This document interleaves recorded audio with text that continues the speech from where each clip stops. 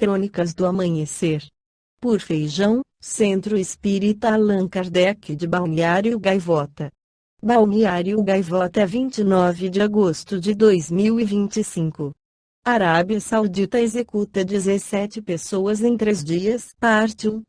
A Arábia Saudita executou 2 cidadãos sauditas por terrorismo na segunda-feira 4/8, elevando a 17 o número de execuções em 3 dias, segundo uma contagem da AFP baseada em anúncios oficiais.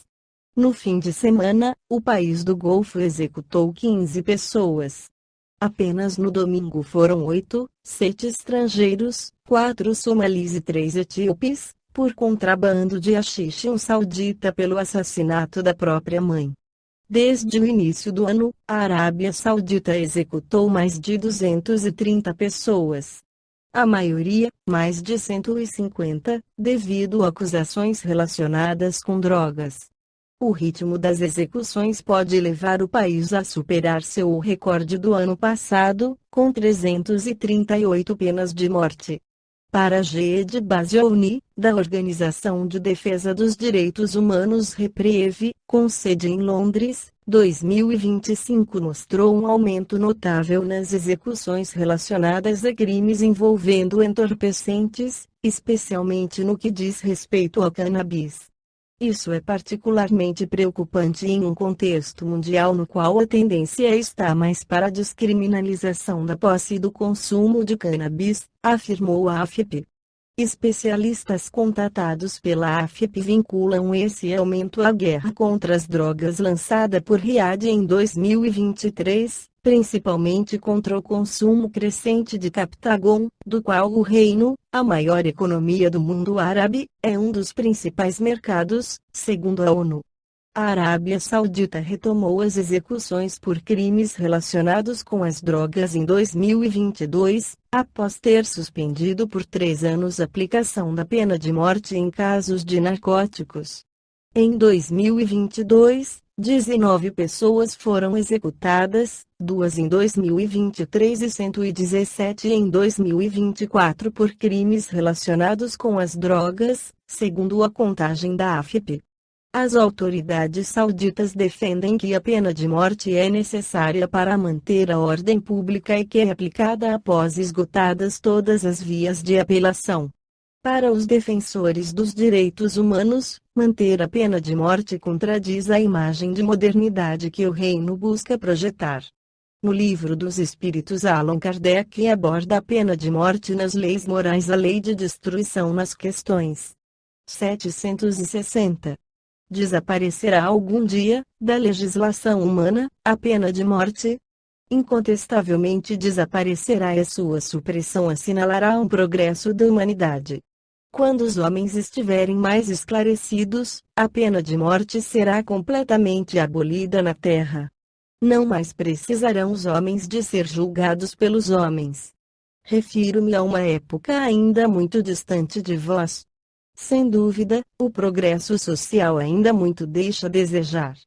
Mas seria injusto para com a sociedade moderna quem não visse um progresso nas restrições postas à pena de morte, no seio dos povos mais adiantados, e a natureza dos crimes a que a sua aplicação se acha limitada. Se compararmos as garantias de que, entre esses mesmos povos, a justiça procura cercar o acusado, a humanidade de que usa para com ele, mesmo quando o reconhece culpado, com o que se praticava em tempos que ainda não vão muito longe, não poderemos negar o avanço do gênero humano na senda do progresso. 761. A lei de conservação dá ao homem o direito de preservar sua vida. Não usará ele desse direito quando elimina da sociedade um membro perigoso? Há outros meios de ele se preservar do perigo, que não matando. Ademais, é preciso abrir, e não fechar, ao criminoso a porta do arrependimento. 762. Se a pena de morte pode ser banida das sociedades civilizadas, não terá sido de necessidade em épocas menos adiantadas? Necessidade não é o termo. O homem julga necessária uma coisa sempre que não descobre nada melhor. À proporção que se esclarece, vai compreendendo melhor o que é justo e o que é injusto e repudia os excessos cometidos, nos tempos de ignorância, em nome da justiça. 763. Será um indício de progresso da civilização a restrição dos casos em que se aplica a pena de morte? Podes duvidar disso? Não se revolta o teu espírito quando lês a narrativa das carnificinas humanas que outrora se faziam em nome da justiça e, não raro, em honra da divindade, das torturas que se infligiam ao condenado, e até ao simples acusado, para lhe arrancar, pela agudeza do sofrimento, a confissão de um crime que muitas vezes não cometera.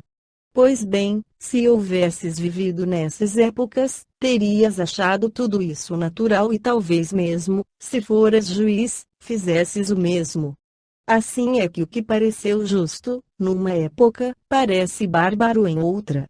Só as leis divinas são eternas, as humanas mudam com o progresso e continuarão a mudar, até que tenham sido postas de acordo com aquelas. 764. Disse Jesus: quem matou com a espada, pela espada perecerá.